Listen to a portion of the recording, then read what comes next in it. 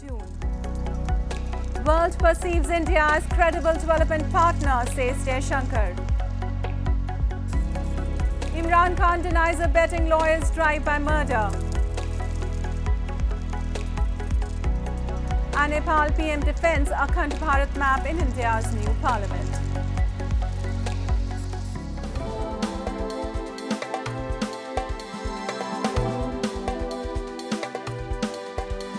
And now for all the details. India's Foreign Minister SJaishankar on Thursday said India is now increasingly being perceived by the world as a credible and effective development partner. Today, the second image of India is that of an economic collaborator, he said as he addressed a press conference to mark 9 years of PM Modi's government and its foreign policy. Jaishankar said that India has delegitimized cross-border terrorism from Pakistan and deftly handled a Chinese incursion in the northern borders. He said India does not get swayed by coercion and false narratives, as he reiterated that ties with China won't be back to normal unless the border issue is resolved.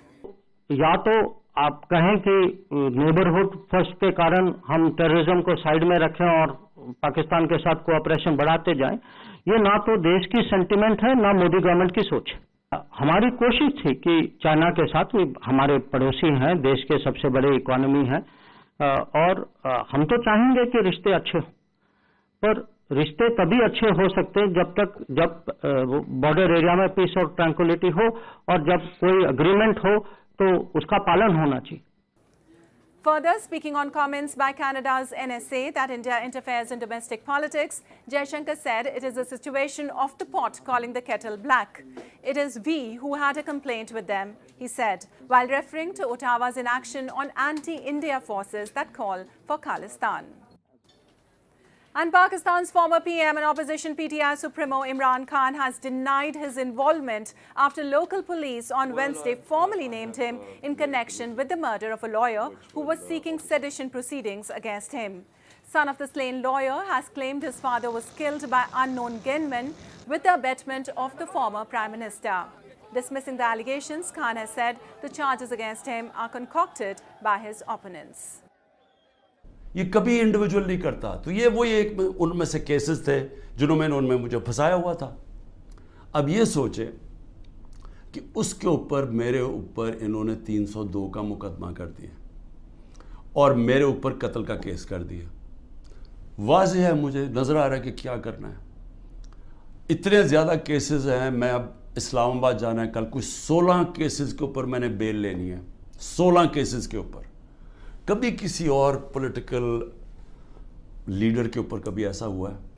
Meanwhile, Interior Minister Rana Sanaullah, talking to a local news channel, claimed that the government has credible information linking PTI chief to the May 9th violence.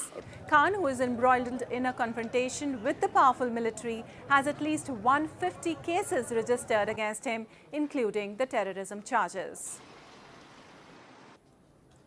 Well, moving on, residents of various localities in Pakistan's Karachi city are upset over the dilapidated drainage system, which has led to sewage water accumulating onto the roads. A report.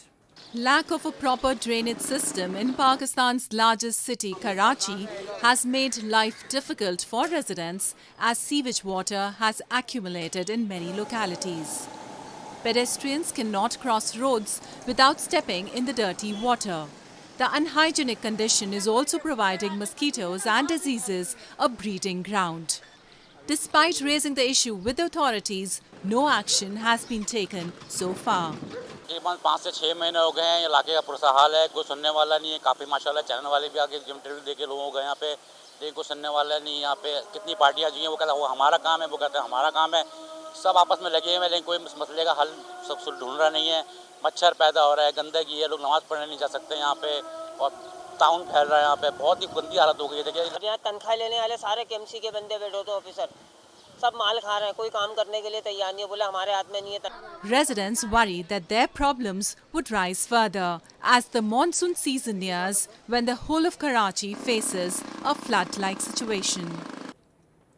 The Amnesty International, in a fresh report, has described the Taliban's cruel treatment of civilians in Afghanistan's Panjshir province as war crimes against humanity. The report states that the Taliban forces arrest and imprison men and youth in the villages and subject them to beatings and all kinds of harassment under the pretext of having affiliation with the National Resistance Front fighters. After the Taliban seized power in Afghanistan in August 2021, some members of the former Afghan government security forces fled to Panjshir with equipment and arms to join the National Resistance Front. In response, the Taliban retaliated against captured fighters and targeted the civilian population of Panjshir to force compliance and submission. And members of the Inter-University Students' Federation in Sri Lanka on Wednesday marched on the outskirts of capital Colombo to demand the release of student activists arrested in earlier anti-government protest and to get help amid the high cost of living, among several demands. Riot police responded with water cannons and tear gas. The protesters said the slashing of the health and education budgets under President Ranil Wickremesinghe's government were hurting students and called for an increase in the monthly stipend. අධ්‍යාපනයේ සෞඛ්‍ය කප්පාදු කිරීම නිසාම විශ්වවිද්‍යාල පද්ධතියේ දෙවන්ත ගැටළු ප්‍රමාණයක් නිර්මාණය වෙලා තියෙනවා. රටේ අධ්‍යාපන පද්ධතියේ දෙවන්ත ගැටළු ප්‍රමාණයක් නිර්මාණය වෙලා තියෙනවා.